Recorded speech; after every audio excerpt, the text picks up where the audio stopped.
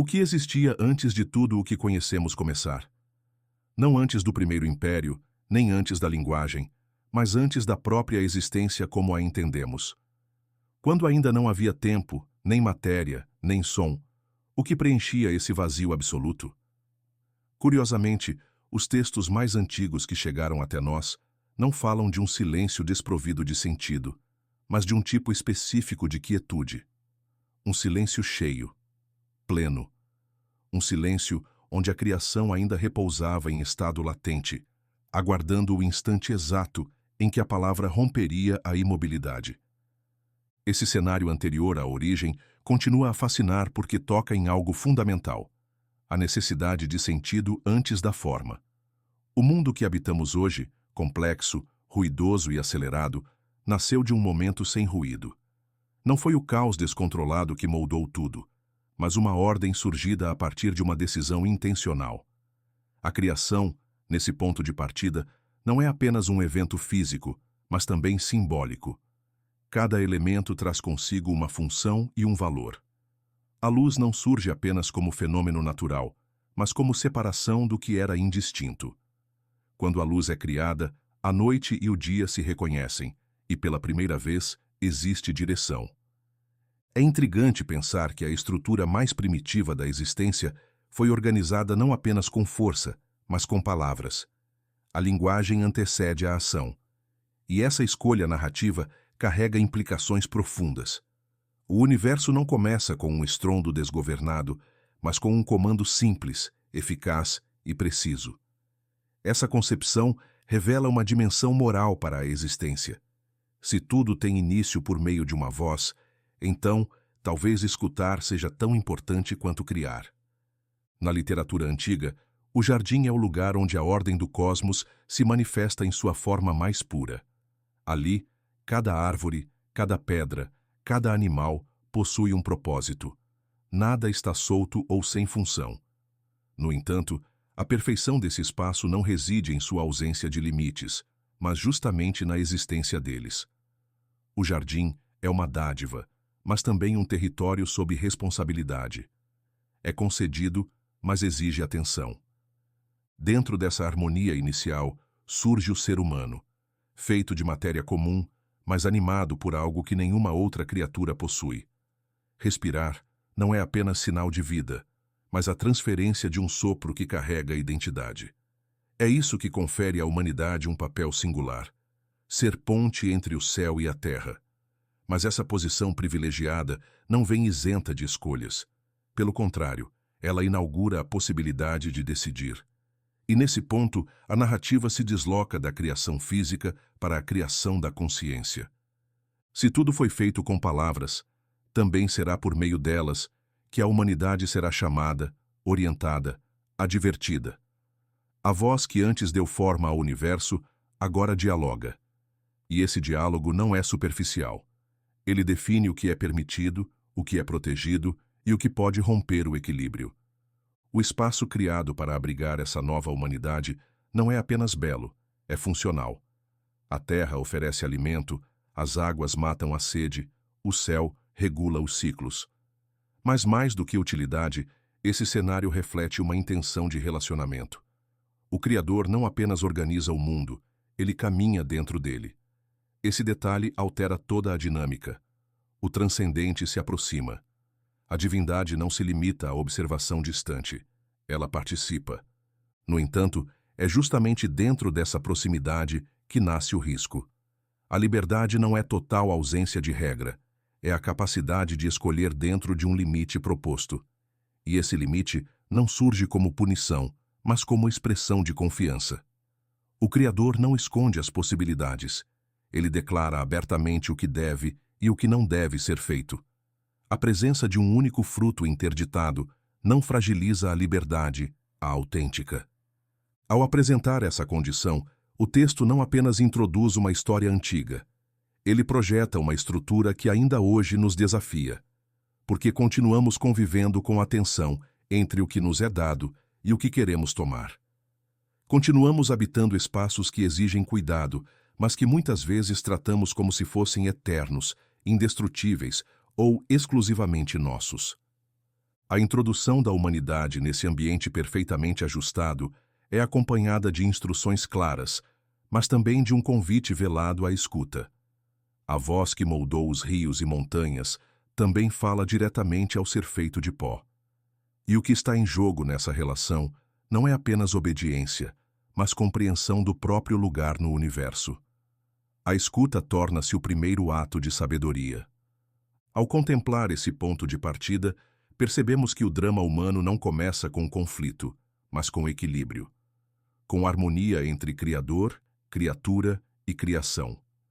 A beleza inicial está justamente no fato de que tudo está no lugar certo, no tempo certo, com a palavra certa. É esse alinhamento que sustenta a vida antes que qualquer sombra surja no horizonte. Assim, não começamos em ruína, começamos em plenitude. A existência humana nasce do cuidado, da ordem e da relação. E é dentro dessa moldura que a liberdade será colocada à prova. Não como ameaça, mas como expressão maior de confiança. Porque onde há liberdade, existe também a possibilidade do amor. E onde o amor é verdadeiro, não há necessidade de imposição, apenas convite. A história começa aqui, no silêncio cheio de significado que precede toda escolha. Se a criação teve início em um estado de equilíbrio pleno, o surgimento da liberdade representou o primeiro ponto de tensão real.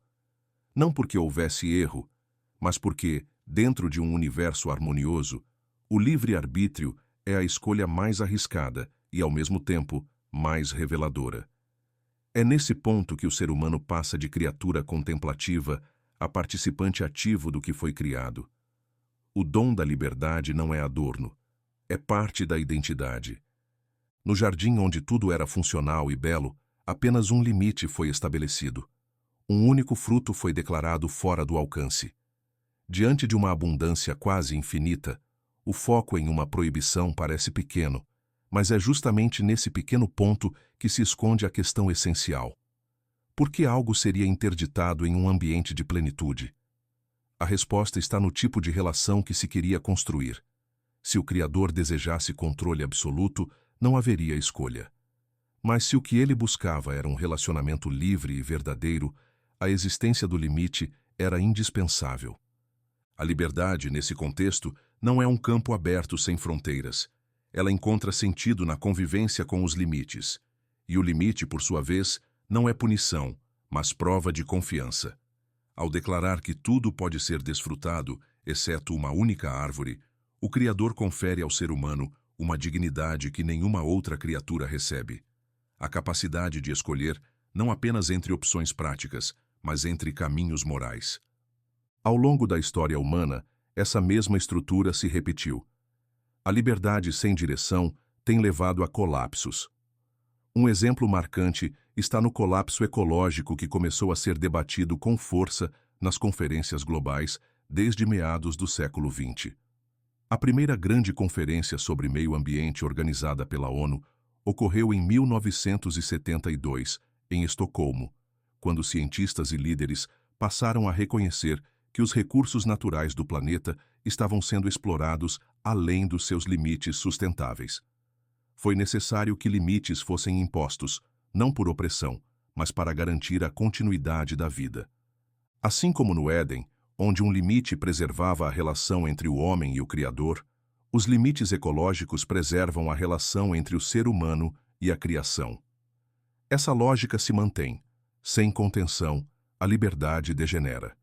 E quando isso acontece, o que era bênção se transforma em ameaça.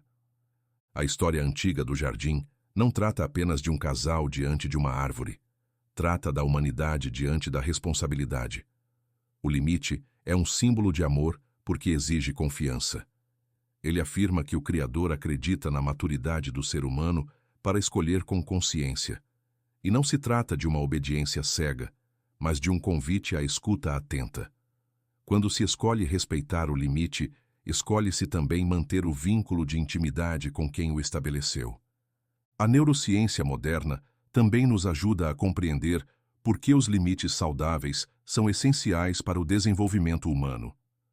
Pesquisas realizadas pelo neurocientista Jordan Grafman, do Instituto Nacional de Saúde dos Estados Unidos, indicam que as áreas do cérebro associadas ao julgamento moral e à empatia se desenvolvem melhor em contextos onde regras claras e relações afetivas estão presentes. Isso reforça a ideia de que a obediência, quando nasce de uma relação de confiança e amor, não reprime a liberdade. Pelo contrário, ela a estrutura. Na narrativa do Éden, o silêncio é rompido não apenas com palavras criadoras, mas também com instruções. E o impacto dessas palavras depende da escuta. Essa escuta, por sua vez, não é apenas física, mas espiritual. Envolve atenção, entrega e memória. O homem não apenas ouve que não deve comer do fruto. Ele é advertido das consequências. A morte não é ameaçada como castigo imediato, mas como realidade inevitável se a ordem for rompida.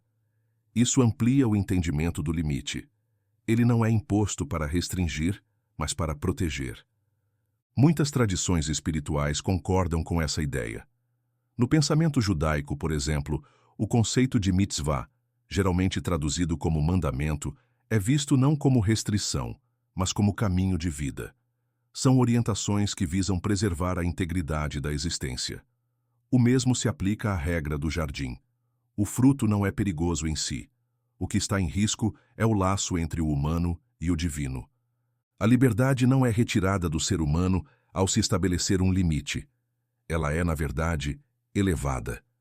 Porque não se trata apenas de decidir entre opções práticas, mas de discernir o que fortalece ou rompe uma aliança. Essa é uma das primeiras lições que o Éden apresenta. O amor verdadeiro não controla, ele confia. E por isso, o Criador não veda com força, mas com palavra. Ele não bloqueia o acesso com muros, mas com instrução. Mesmo com toda a criação disponível, era justamente naquele ponto sensível que repousava a escolha mais profunda. Respeitar o limite era afirmar com gestos que a liberdade podia existir sem romper a harmonia. E isso, em qualquer época, continua sendo uma das decisões mais difíceis e mais valiosas que podemos tomar. Se a liberdade for exercida sem memória do que nos foi confiado, ela pode se transformar em separação. Mas se for vivida em comunhão com quem estabeleceu os limites, ela se torna um dos maiores testemunhos de amor. E esse é o verdadeiro peso do jardim.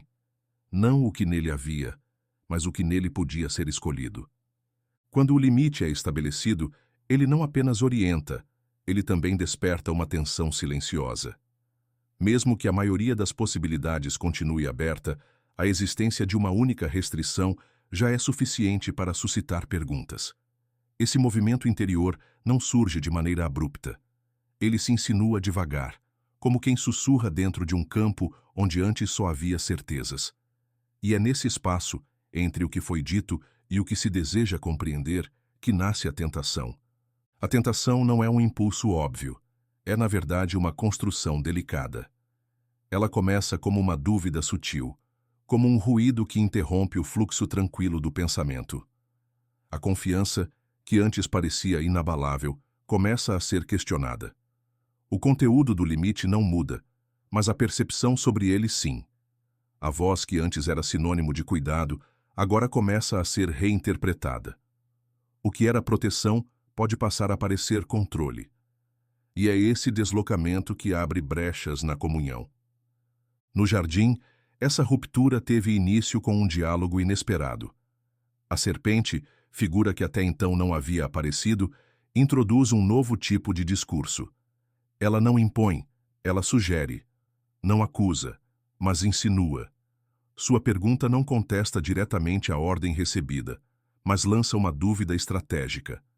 Será que foi isso mesmo que foi dito?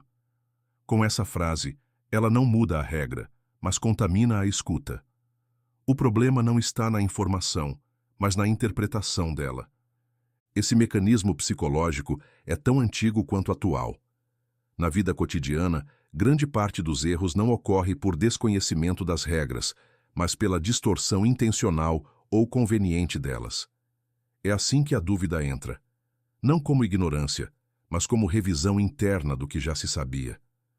O ser humano, diante dessa dúvida, não perde a capacidade de escolher, mas passa a racionalizar o desejo. E nesse processo, a comunhão é enfraquecida. A quebra da confiança é sempre mais profunda do que a infração da norma, porque a confiança envolve uma relação viva. Quando se desconfia da palavra recebida, não se está apenas questionando uma instrução, mas a integridade de quem a deu. Isso torna a tentação não apenas uma questão de escolha, mas uma crise relacional. É a relação que se rompe antes do gesto.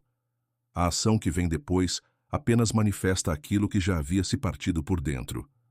Do ponto de vista simbólico, a serpente representa mais do que um animal. Ela encarna a astúcia da voz que sabe manipular o sentido das coisas. Não impõe uma nova lei, mas muda o enquadramento da anterior. Não oferece uma nova verdade, mas relativiza a existente. E é justamente por isso que seu discurso é eficaz. Ele não precisa ser falso para ser perigoso, basta ser ambíguo. Esse processo foi estudado em contextos diversos. Na psicologia moral, por exemplo, o conceito de dissonância cognitiva, desenvolvido por Leon Festinger na década de 50, ajuda a explicar por que o ser humano tenta justificar escolhas que sabe serem erradas. Quando há conflito entre o que se acredita e o que se faz, o cérebro tenta ajustar a percepção para evitar sofrimento psíquico. É nesse momento que justificativas começam a surgir. Talvez a regra seja exagerada. Talvez o motivo da proibição não seja tão sério assim. E pouco a pouco, o erro deixa de parecer erro. No caso de Eva, o questionamento ganha forma pela voz da serpente, mas sua força está no que já existia internamente. A curiosidade, até então contida, encontra eco. O fruto já era conhecido. A árvore estava ali desde o início. Mas só naquele instante ela passou a ser vista como desejável. Isso revela outro aspecto da tentação. Ela não apresenta algo novo, mas modifica o olhar sobre o que já está diante de nós. Se você está acompanhando até aqui e essa mensagem está fazendo sentido para você, comenta Amém aqui embaixo. Isso ajuda a mostrar que você está junto nessa caminhada. A narrativa deixa claro que não houve coerção. Nenhuma força foi usada. O que mudou foi a forma como Eva interpretou a realidade. E a partir disso, a comunhão, que antes se expressava na confiança plena, começou a se desintegrar. A presença do Criador não deixou de existir, mas sua voz foi substituída, mesmo que temporariamente, por outra. Essa substituição é o cerne da quebra. Dar ouvidos a outra fonte, mesmo sabendo qual é a original. O fruto não é perigoso em si. O risco está na decisão de alterar a escuta. Quando outra voz ocupa o espaço da orientação principal, a comunhão se torna frágil. E quando a confiança se quebra, o relacionamento começa a ser construído sobre silêncio, justificativas e afastamento. A escolha de Eva se inscreve dentro de uma dinâmica que todos conhecemos: desejar saber mais, entender além e caminhar além dos limites. Mas quando essa busca não está ancorada na confiança, ela se transforma em ambição desordenada. Não se trata mais de crescer, mas de controlar. E nesse desejo de controle, a simplicidade se perde. A quebra da comunhão, então, não começa com o ato de comer o fruto, mas com a mudança de escuta. A dúvida, ainda que pequena, abriu espaço para uma nova narrativa. E essa narrativa, por mais convincente que parecesse, não se sustentava no vínculo original. Era uma narrativa construída sobre a desconfiança. E onde não há confiança, o relacionamento se transforma em cálculo. Assim, o gesto de estender a mão para o fruto não foi apenas uma ação física. Foi a expressão final de uma ruptura interna que já havia começado muito antes. Uma ruptura entre a liberdade e o amor, entre a instrução e o desejo, entre a voz que cuida e a voz que convence. E uma vez que esse espaço foi ocupado por outra escuta, a harmonia se tornou frágil. E tudo que antes era comunhão passou a ser risco. O instante em que o fruto foi levado à boca não foi apenas o ápice de uma escolha, mas o ponto de virada da experiência humana. Até ali, tudo existia em equilíbrio. O gesto de comer o que fora reservado alterou não apenas a condição de quem o fez, mas também o modo como o mundo ao redor passou a ser percebido. Não houve explosão, não houve destruição imediata, mas houve silêncio. Um tipo de silêncio diferente daquele que havia antes da criação. Era um vazio novo, uma ausência de comunhão que se anunciava com intensidade. O primeiro efeito não foi físico, foi interior. A consciência se alargou de forma abrupta. O que antes era natural tornou-se estranho. A nudez, que até então não causava constrangimento, passou a ser um peso. O corpo não havia mudado, mas o olhar sobre ele, sim. A vergonha surgiu não por uma mudança nos fatos, mas pela mudança na percepção. Isso revela um aspecto fundamental da queda. Ela transforma a relação consigo mesmo. O ser humano passa a se ver como algo separado, fragmentado, exposto. A partir desse momento, o que era plenitude se tornou falta. A confiança deu lugar à desconfiança. O espaço que antes era de encontro passou a ser evitado. A presença de quem criou todas as coisas, antes familiar, agora provocava receio. O medo não nasceu da punição, mas do afastamento. É o distanciamento que gera a insegurança. A ruptura não precisa de castigo imediato. Ela se manifesta por si, no modo como o mundo passa a ser experimentado. A dor que viria nos dias seguintes não se limita ao físico. Ela alcança a identidade. Pela primeira vez, o ser humano sente o peso de existir fora da comunhão. O cansaço, a fome, a limitação, a hostilidade da natureza, tudo isso começa a fazer parte da nova realidade. O jardim ainda existe, mas não está mais acessível do mesmo modo. Não porque tenha mudado, mas porque o vínculo que permitia habitar nele em liberdade foi rompido. Essa transformação se revela também nas relações. O vínculo entre Adão e Eva, antes marcado por cumplicidade e leveza, agora carrega tensão. A culpa compartilhada, mas também palavras que tentam transferir responsabilidades. A queda afeta não apenas a espiritualidade, mas a convivência. O outro, que antes era a extensão da própria existência, passa a ser visto como causa do erro. A comunhão, agora fragmentada, revela sua fragilidade. Onde antes havia unidade, agora há separação. É nesse contexto que surgem as primeiras experiências do sofrimento humano em sua forma completa, emocional, física e relacional. A dor não é mais um conceito distante. Ela é sentida nos gestos mais simples, como trabalhar a terra ou gerar uma vida. A própria criação, antes cooperativa, torna-se desafiadora. É necessário esforço, repetição, persistência. E nem sempre o resultado é garantido. Esse novo cenário não nega a beleza original da criação, mas a torna mais difícil de ser percebida. O que antes era dado, agora precisa ser conquistado. A sobrevivência exige ação constante. A natureza, antes acolhedora, torna-se imprevisível. Os elementos que sustentam a vida não deixaram de existir, mas sua obtenção agora envolve esforço e risco. Isso muda radicalmente a experiência do tempo. O dia já não é apenas um ciclo de luz e descanso, mas uma jornada de desafios.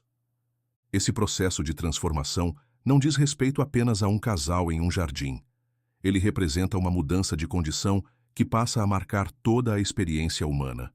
A partir dali, viver é também carregar o peso do discernimento. Saber o bem e o mal não significa necessariamente escolher bem. Significa conviver com a consciência das próprias decisões. E isso por si só já é um fardo. O saber sem comunhão se torna fonte de inquietação.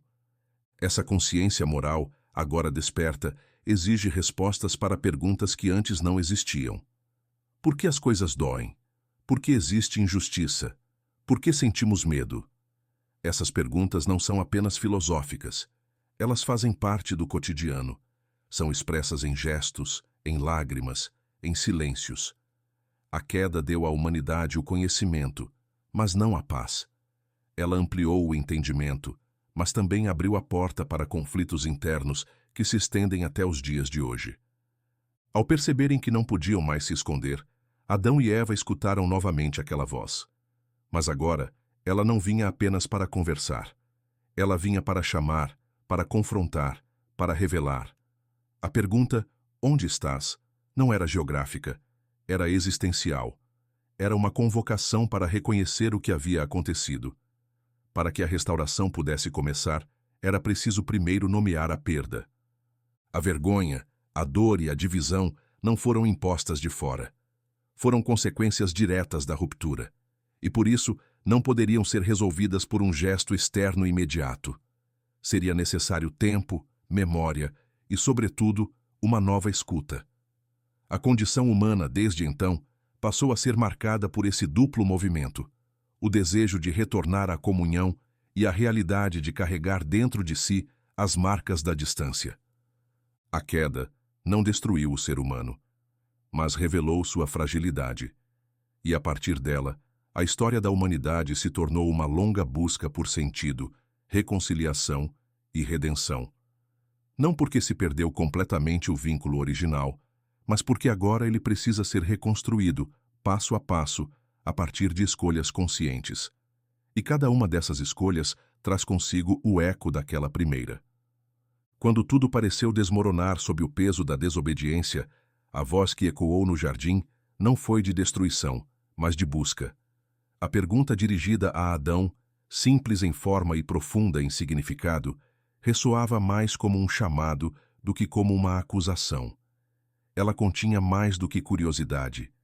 Carregava a intenção de restauração. Era o início de algo novo. Ainda que a aliança tivesse sido rompida, a iniciativa de procurar o ser humano partiu daquele que havia sido rejeitado. Esse gesto revela um aspecto essencial da justiça divina. Ela não se opõe ao amor, mas nasce dele. O julgamento que se seguiu não foi arbitrário, nem irado. Foi preciso, proporcional e didático. Cada consequência mencionada guardava relação direta com a quebra cometida. A mulher, a dor no parto e a tensão nas relações. Ao homem, o peso do trabalho e a resistência da terra. À serpente, a condenação ao rastejar e a hostilidade permanente. Mas além das consequências, havia uma promessa oculta.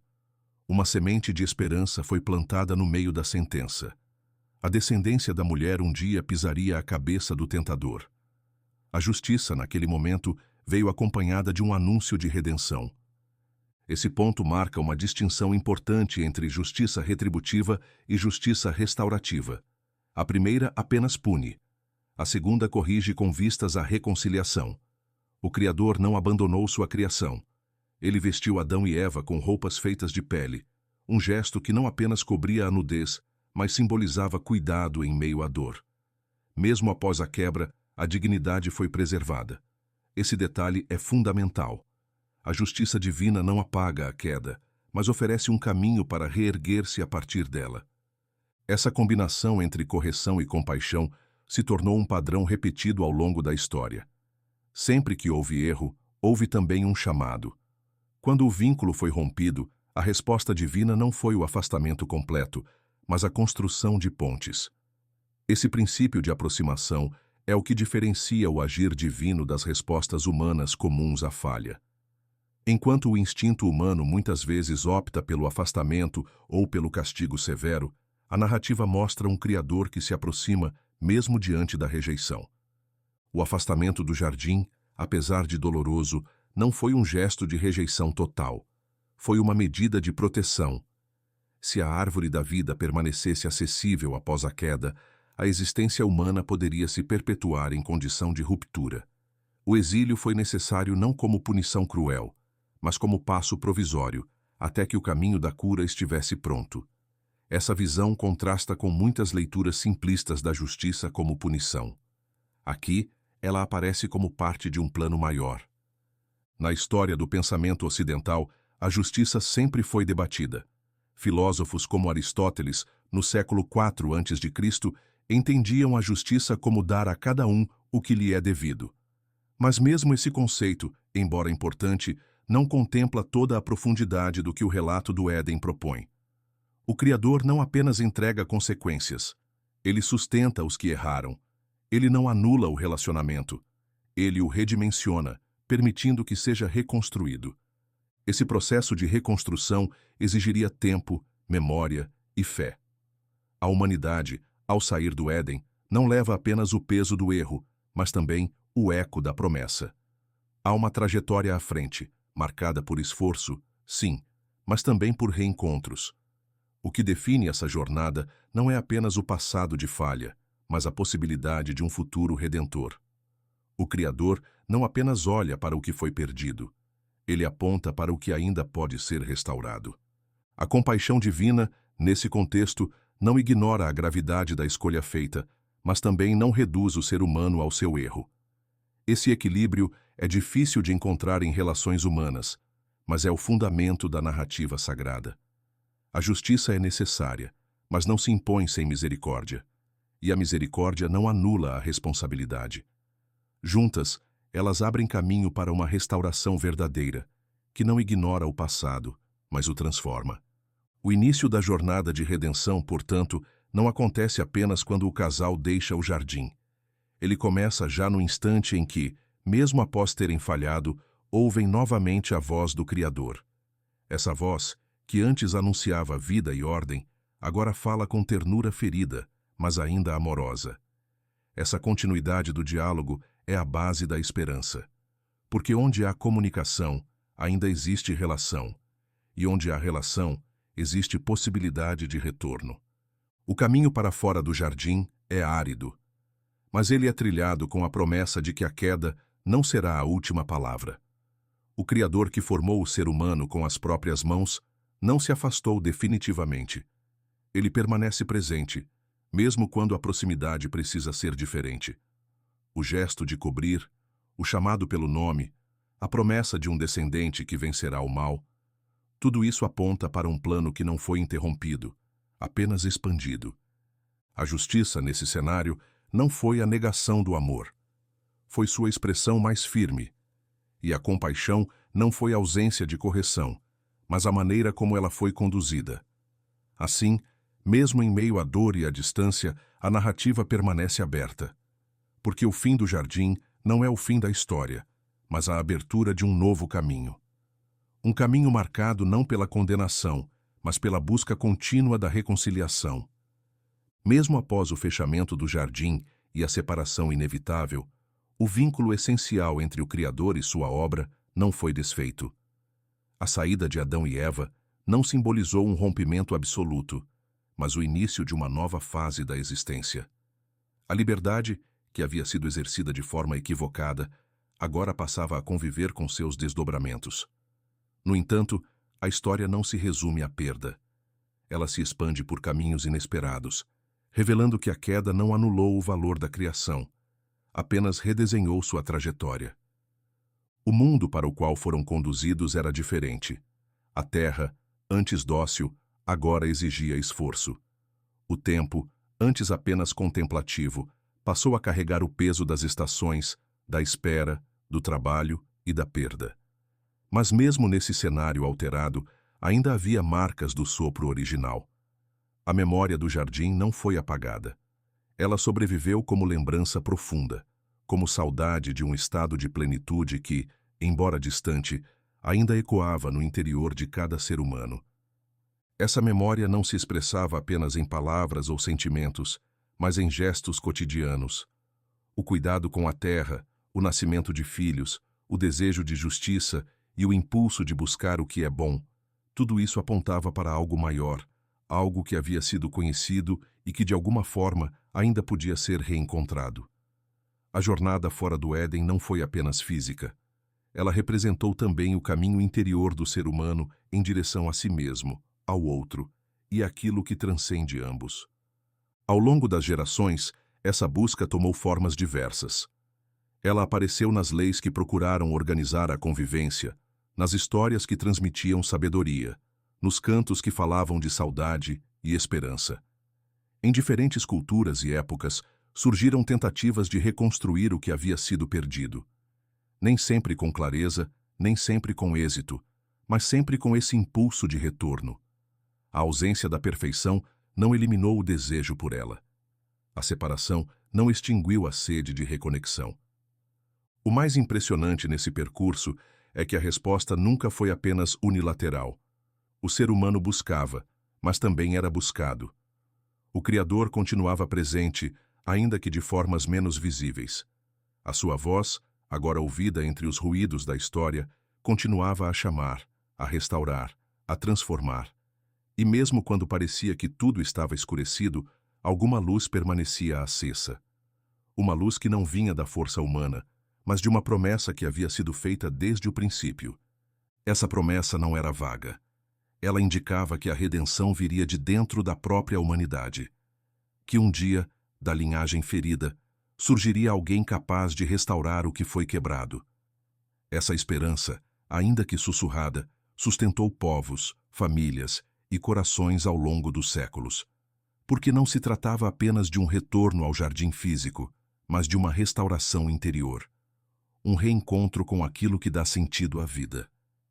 A queda ensinou que liberdade sem aliança leva à dispersão, que o saber sem escuta se torna fardo, que viver sem amor se transforma em sobrevivência árida.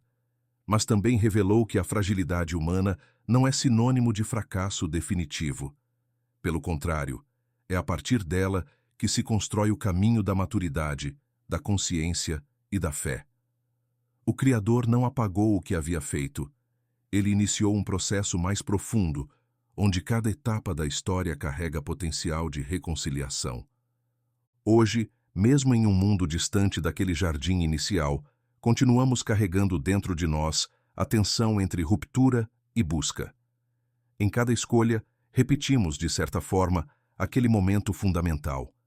Escutamos vozes, sentimos o peso das dúvidas, reconhecemos limites, mas também somos chamados. Somos lembrados de que, apesar da distância, ainda existe um caminho de retorno. Não um retorno que anula o que fomos, mas que redime o que nos tornamos. E é justamente aí que a narrativa ganha sua força maior.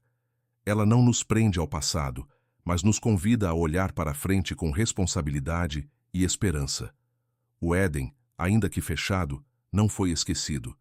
Ele continua vivo na lembrança daquilo que é justo, belo e verdadeiro. E em cada gesto de cuidado, em cada decisão ética, em cada busca sincera por reconciliação, nós tocamos, mesmo que por instantes, a realidade desse lugar perdido. O verdadeiro poder dessa história não está no que se perdeu, mas no que se pode construir a partir da perda. A dignidade não foi anulada. A aliança não foi descartada. A presença do Criador não desapareceu. Ela apenas mudou de forma. Agora, ela se encontra na busca silenciosa, na esperança insistente, na coragem de seguir, mesmo com cicatrizes. E é nesse movimento que a história continua.